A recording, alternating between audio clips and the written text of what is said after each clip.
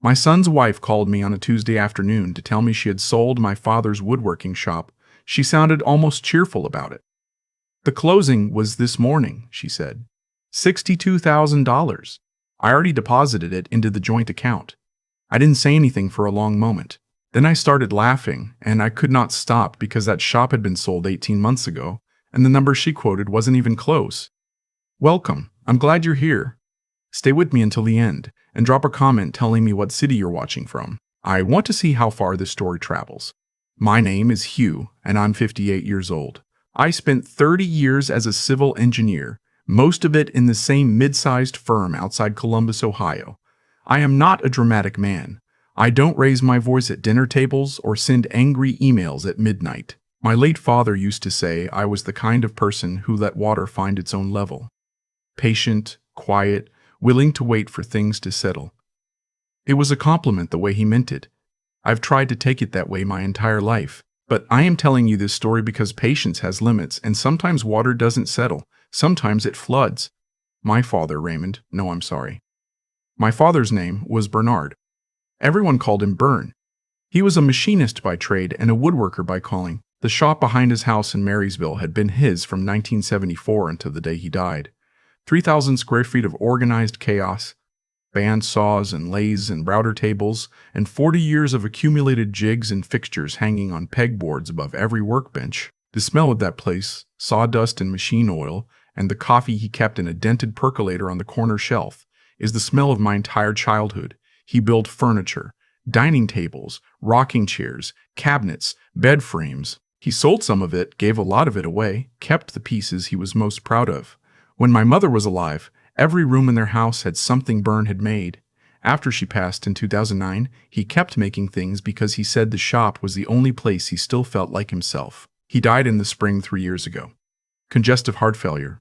The kind that announces itself slowly and then moves fast at the end. I was with him.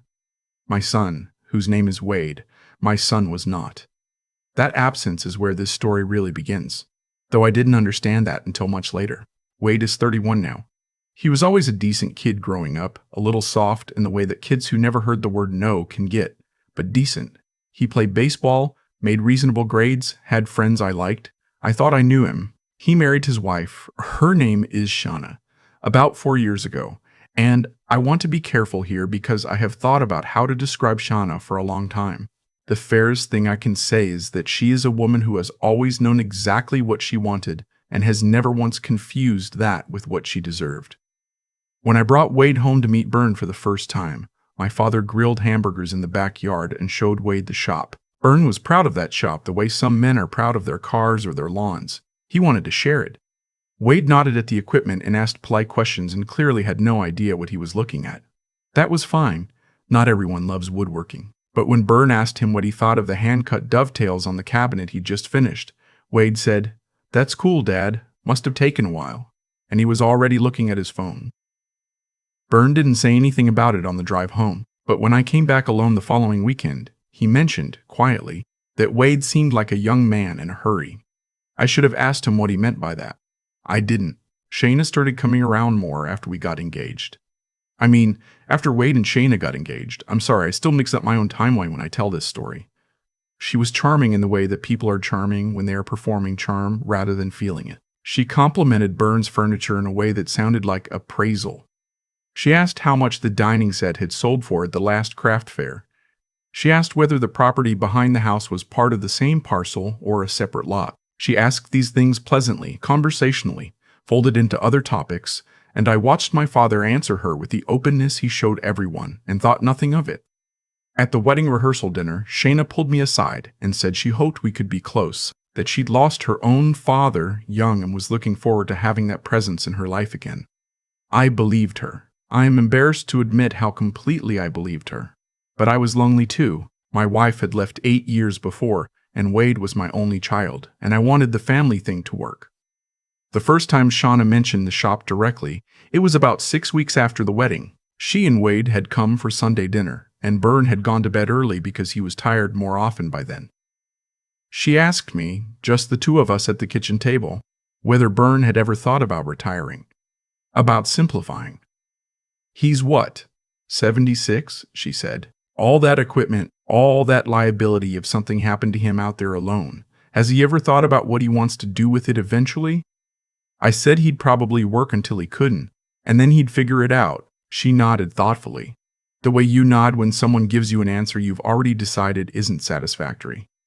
Over the next year and a half, as Byrne's health declined, Shayna became increasingly present in a way that felt helpful and felt wrong at the same time. She organized his prescriptions once when his home health aide called in sick. She researched Medicare supplemental plans and presented him with a printed comparison. She was attentive, competent, and I could never quite name what bothered me about it. What bothered me was that she was always paying attention to the wrong things. She'd ask how Byrne was feeling, but her eyes would drift toward the shop. She'd ask about his doctors, but she'd steer the conversation toward his paperwork, his files, whether he had a will, whether it was updated. After Byrne died, the will was simple. The house and the property went to me. The contents of the shop, the equipment, the tools, the inventory of finished pieces, he'd left to Wade, because Wade was his grandson, and because Byrne believed in optimism about people. He thought maybe Wade would find his way to the shop eventually. That was Thursday. By the following Monday, Shayna had called 3 different equipment dealers. I found out because one of them called me by accident. He'd been given 2 numbers, mine and Wade's, and dialed mine first. He mentioned he was following up on the quote he'd sent over the weekend for the full shop contents. I told him I'd call him back. Then I sat in my father's kitchen for about 20 minutes, listening to the percolator I plugged in out of habit, and understood for the first time that this was going to become something serious. I didn't confront anyone that week. I want to be honest about why. I wasn't ready. I was grieving, I was tired, and part of me still wanted to believe there was an innocent explanation. Maybe Wade was just getting information. Maybe Shayna was trying to be practical in the way she always tried to be practical. But I also have an old college friend named Tom. Tom spent 30 years as a real estate attorney in Franklin County before he retired, and he is the kind of person you call when you need to think clearly and your own brain isn't cooperating. I called Tom that Thursday night and he listened to everything I said, and then he asked me one question. Hugh, does anyone besides you know what that property is actually worth? I knew it was worth more than a woodworking shop in a 3-bedroom house on a half-acre in Marysville. I had known this for about 2 years actually, because of something Byrne had told me the summer before he got really sick, something he'd never mentioned to anyone else as far as I knew. The land behind the house, the parcel that included the shop and extended back almost to the creek, was part of a corridor that the county had been quietly acquiring for a regional trail system and adjacent mixed-use development. Byrne had received a letter from a commercial real estate group in 2021 asking whether he'd consider selling the back portion. He'd set it aside because he didn't want to think about it. After he died, I started making phone calls. Quiet ones. I talked to a real estate attorney, not Tom, a different one, and to the county planning office and eventually to the development group that had sent that original letter. What they told me took about a week to fully absorb. The rear 1.8 acres of Byrne's property, the part with the shop and the creek access, was worth somewhere between $800,000 and $1.2 million depending on final zoning approvals and which development package moved forward. The house and front lot were worth maybe $240,000 on the current market. Shayna thought we were dealing with a $240,000 house and $60,000 worth of used woodworking equipment. She had no idea about the land, no idea about the letters, no idea that for the past 14 months I had been quietly working with my attorney in the development group to structure a transaction that protected the asset without triggering any of the disputes that can arise when an estate is still being administered. The deal had closed 4 months before my father died. I'd had his written consent. More than that, his full participation. He was the one who finally called the development group back. He wanted the land used for something good. The trail access meant a lot to him. We structured the sale through a small LLC I set up for the purpose, and the proceeds went into accounts that Byrne had funded from his own savings over the previous year to keep everything clean. The shop building itself, the physical structure, was moved to a different foundation on the front portion of the property. Rebuilt exactly as it had been, down to the pegboards and the coffee shelf. It cost $38,000 and took 6 weeks, and it was worth every penny. What Shayna sold the equipment out of, once she finally convinced Wade to give her the go-ahead, was a replica structure built to look identical to the original from the road. I let it happen. I want to be clear about that. I knew it was coming and I let it proceed because I needed to see how far they would go and because the equipment inside was worth what the dealer paid for it. I wasn't stealing anything. I was just watching. When Shayna called me on that Tuesday to tell me cheerfully about the $62,000 closing, I laughed because the real number had been $940,000. The deal was done. And there was nothing in that shop she'd sold that I'd intended for her to have anyway. I let her finish talking. I said I was glad she'd handled everything so efficiently. I said we should all get together soon. Then I hung up and called Tom and told him it was time. I drove to Wade and Shayna's house that evening. They lived about 20 minutes from me, in a development in Powell that had gone up around 2019. The kind of neighborhood where every house has a 3-car garage and a Ring doorbell and a lawn service that comes every Thursday. Shayna answered the door in what I can only describe as a celebratory outfit. She had made dinner, actual dinner, set the table, bought a bottle of wine I recognized from the price of its label. Wade looked slightly uncomfortable, which told me he knew more than she thought he did. We sat down. Shayna poured the wine. She talked about the equipment sale, about the dealer they'd worked with, about the storage unit they'd rented for the finished pieces that hadn't moved yet. She talked about the house listing she was working with a realtor to prepare. She said all of this warmly, helpfully, as though she were managing a difficult situation on my behalf. I let her talk for a while.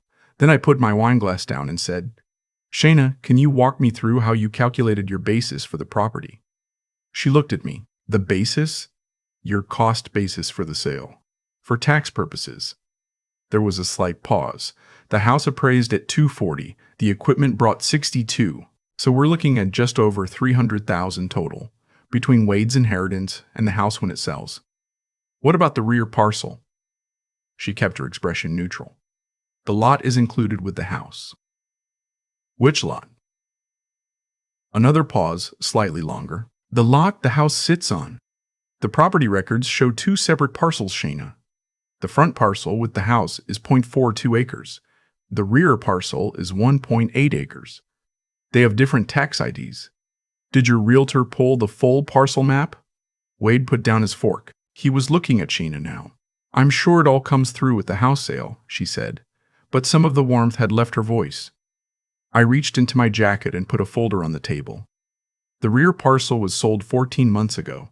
My father and I negotiated the transaction together. The proceeds went into accounts he'd established for that purpose, which passed to me outside of the probate estate. Shauna stared at the folder. "That's not possible. He never mentioned." "He didn't mention it to you," I said. "He mentioned it to you," I said. "He mentioned it to me. Repeatedly." He also signed every document himself with his attorney and mine present, 6 months before he died. I slid the folder across. She opened it. Inside were the closing documents, the LLC formation records, the bank statements, and a letter in my father's handwriting. Actual handwriting. On the stationery he'd used for 40 years. The stuff with his initials embossed in the corner, explaining that he'd made this decision deliberately and with full understanding of what he was doing, because he wanted to make sure the land went somewhere good and the money stayed where he intended it to go. Shauna set the letter down very carefully. "The shop building," she said. "We already had a crew go through it. We sold the equipment." "I know. That was the replica structure." She looked up. "I'm sorry?" "The original shop was relocated to the front parcel during the property division. The building you sold the equipment out of was a reconstruction. Byrne helped me design it, actually. He thought it was funny." Wade said, "Dad." Just that, just my name, in a voice I hadn't heard from him since he was about 12. Shayna was quiet for a moment that stretched long enough to become uncomfortable for everyone at the table. Then she said, "You had no right to do this without including us. My father had every right to manage his own property however he chose. He was 78, not incompetent. He had an attorney. He had an accountant. He made a decision about land he'd owned for 50 years, and he made it with full information and full understanding. You are welcome to consult your own attorney if you'd like to verify any of that. The proceeds should be part of the estate. They're not. That's what the documents show, and that's what my attorney will confirm. What you done, selling equipment that was legally Wade's to sell, fine. Preparing to list a house that will go through the estate, fine. But if your realtor is planning to represent the rear parcel as part of that listing, I need you to stop that today, because that transaction is already complete and recorded." She pushed back from the table and walked to the kitchen. I heard her open the refrigerator and close it again. Then she came back and sat down. "How much?" she asked. I told her the number. Her face did something complicated. Wade looked like he'd been hit with something soft but very heavy. "You've been hiding almost $1 million, she said. "I've been protecting an asset my father and I decided to sell together. The money wasn't hidden. It was managed. There's a difference. You should have told us." "Should I have?" I looked at Wade when I said it. "Because the equipment dealer called me the week after the funeral. Someone had already given him 2 numbers and asked for a quote on the full shop contents. That was 6 days after your grandfather was buried." Wade looked at the table. Shayna recovered faster than I expected. She always did. Within 30 seconds, her voice was back to something approaching reasonable. "Look, we can figure this out together. Family doesn't have to go to war over money. Whatever happened, we can sit down with both attorneys and find a path that works for everyone." It was a good pivot. It might have worked on a different version of me, an earlier version, one who still needed the family thing to work badly enough to compromise on what was right. "I agree," I said. "And the path that works for everyone starts with you canceling the property listing until the estate is fully settled, returning any proceeds from the equipment sale to Wade's estate account where they belong, and having an honest conversation with my son about what you've actually been doing here." Shayna said nothing. She was calculating, I could see it, running through whatever angles were still available to her. I stood up and picked up my folder. "I'll let you two talk. Wade, I love you. Call me when you're ready." He didn't call for 3 weeks. When he did, he was at my house with the overnight bag and a look on his face that I recognized from the day his mother and I told him we were separating. He sat at my kitchen table and didn't say much for a while. I made coffee and didn't push him. Finally, he said, "How long did you know what she was?" I thought about that. I think I saw pieces of it early and didn't want to add them up. "She had a spreadsheet," he said, "of everything Grandpa owned. Furniture inventory, equipment serial numbers, property estimates. She'd been building it for 2 years. I didn't say anything. She told me she was doing it to help with estate planning, to take pressure off you." He wrapped both hands around his mug. "I believed her. I know you did. I gave her my authorization for the equipment sale. She told me you'd already agreed to it. I hadn't." He nodded slowly. "I know that now." We didn't talk about Shayna much after that. Some of what happened between them in the following months is their story to tell, not mine. What I can tell you is that Wade filed for divorce 8 months after that dinner. His attorney found several other financial discrepancies, credit card accounts she'd opened without his knowledge, a personal savings account in her name only that had been drawing from their joint checking for over a year. She had been, in the language of the court filing, systematically diverting marital assets. She did not come out of it well.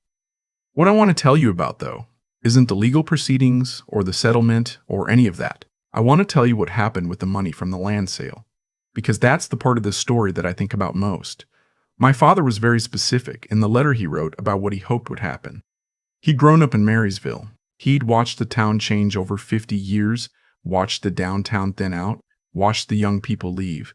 He loved the idea of the trail system. He wanted to know that the land would be used for something that connected people to each other and to the place where they lived. But he also said, and this is something I've read so many times I have it memorized, he said he hoped I'd find something personal to do with part of it, something that felt like him. I thought about that for a long time. There's a program through the county vocational school that teaches skilled trades to adults in transition, people coming out of long-term unemployment, people re-entering after incarceration, people who'd spent years in jobs that had disappeared. The program had a woodworking component that had been cut for budget reasons about 5 years before Byrne died. Equipment donated, funding gone, the space sitting empty. Last spring, I funded the restoration of that program. New equipment, good equipment, the kind Byrne would have respected, an instructor position. A small endowment to keep it going for at least 10 years without having to fight for the budget every cycle. The program reopened in September. I go there on Tuesday mornings sometimes. I'm not a woodworker myself. I never had Byrne's patience for it, but I can talk to the students, help with the administrative side, show up in whatever way is useful. There's a man in the current cohort who is 62 years old, just retired from 28 years in a warehouse job that his body couldn't handle anymore, and he is learning to cut dovetail joints with the focus of someone who has been waiting his whole life to do something with his hands. He reminds me of my father. Not in how he looks, but in how he stands at the bench, in the way he runs his fingers along the wood to check the fit before he looks at it. I told him about burn once. He listened carefully and then said, "Sounds like a man who knew what he was for." That stayed with me. I think about Shayna sometimes, the way you think about weather that caused damage. Not with ongoing anger, but with a kind of residual respect for the force of it. She was building something too in her way. She just couldn't see that what she was building wasn't real. You can't build a life on assets you acquired through calculation. Eventually, the load-bearing walls fail. She knew the serial numbers on every piece of equipment in my father's shop, but she didn't know that the shop itself was standing in the wrong place, built from cheaper material, on ground that was never going to be hers. Wade is doing better. He moved into an apartment in Westerville and started coaching a youth baseball team on weekends. He called me last month just to talk, which is something he hadn't done in years. We talked for an hour and a half about nothing in particular. His team, my Tuesday mornings at the vocational school, whether the Reds had any shot at a decent season. Before he hung up, he said, "I'm sorry, Dad, for all of it." I told him there was nothing to be sorry for. He was trying to love someone who had a different definition of what love was for. That's not a character flaw. That's just a thing that happens to people who still believe in good faith. What I didn't tell him, because I wasn't sure how to say it yet, was that I was grateful, not for the betrayal or the grief or the months of legal maneuvering, but for what it had forced me to see. I had spent 30 years being the kind of man who let water find its own level, patient, quiet, willing to wait, and that is a good way to be, mostly. But my father was not just patient. He was also purposeful.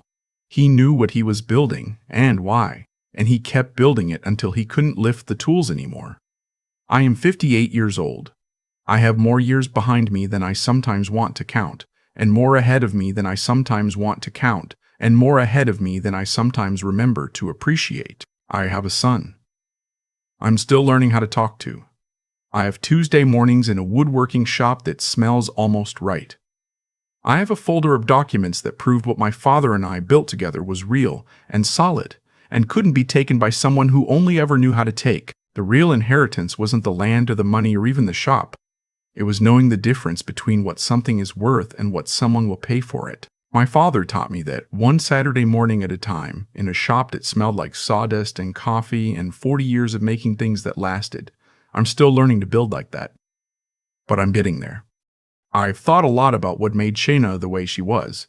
Not to excuse it, I stopped trying to do that a long time ago, but because I think understanding it is the only way to learn something useful from it. She wasn't a monster. She was someone who had decided, very early and very firmly, that the world owed her a certain kind of life, and that the most efficient path to that life ran straight through whoever happened to be standing nearby with something she wanted. That kind of thinking doesn't announce itself. It shows up in small moments. The way she asked about property values before she knew us well. The way her eyes moved toward the shop when she was pretending to ask about my father's health. You can see it clearly once you know what you're looking at. The problem is that most of us spend years learning to recognize it. What I keep coming back to is the spreadsheet. Wade told me about it the night he showed up at my door with his overnight bag. 2 years of inventory, serial numbers, estimated values, all of it organized and updated like a business asset register. She had been building that document since before they were married. That kind of patience turned in a different direction. Could have built something real. Instead, she used it to catalog what she planned to take. And when the moment came, she moved on it without hesitation, without checking whether what she thought she understood was actually true. That's the part I want to sit with, because I think it matters. Shayna was meticulous, but she was meticulous about the wrong things. She knew the dollar value of every tool in that shop. She did not know that the shop was in the wrong place. She knew the assessed value of the property. She did not know about the letters from the development group, the quiet conversations, the 14 months of careful work my father and I had done together. She had all the surface information, and none of the substance, and she never thought to ask whether there was more she didn't know. Because people who are certain they're the smartest person in the room rarely do. My father used to say that a joint is only as strong as the wood on both sides of it. He meant it about furniture, but I think he meant it about a lot of things. A life built on things you took rather than things you built has the same problem. The materials aren't sound, and eventually the whole structure shows it. Shayna lost a marriage. a family, a legal battle, and the better part of her financial position, not because the universe was keeping score, but because the choices she made were structurally unsound from the beginning. That's not punishment. That's just load-bearing walls doing what load-bearing walls do. What I want for Wade, what I actually want, not just the version of it I say out loud, is for him to understand that what happened to him was not a referendum on his character. Believing someone who lies well is not the same as being foolish. It means you are operating in good faith, which is not a weakness. It's the only way to live that I've ever seen produce anything worth keeping. And for myself, at 58, I think the thing I'm still learning is that protecting what matters doesn't make you cold. My father knew that. He signed every document with full understanding, shook hands with the attorney, drove home, and made coffee. He didn't carry bitterness about any of it. He just made sure the land went somewhere good and trusted me to handle the rest. That's wisdom. Not the absence of feeling, but the decision not to let the wrong feelings run things. I'm still working on that part. But I've got time. And on Tuesday mornings, when I walk into that vocational shop and it smells almost right, I think I'm getting closer.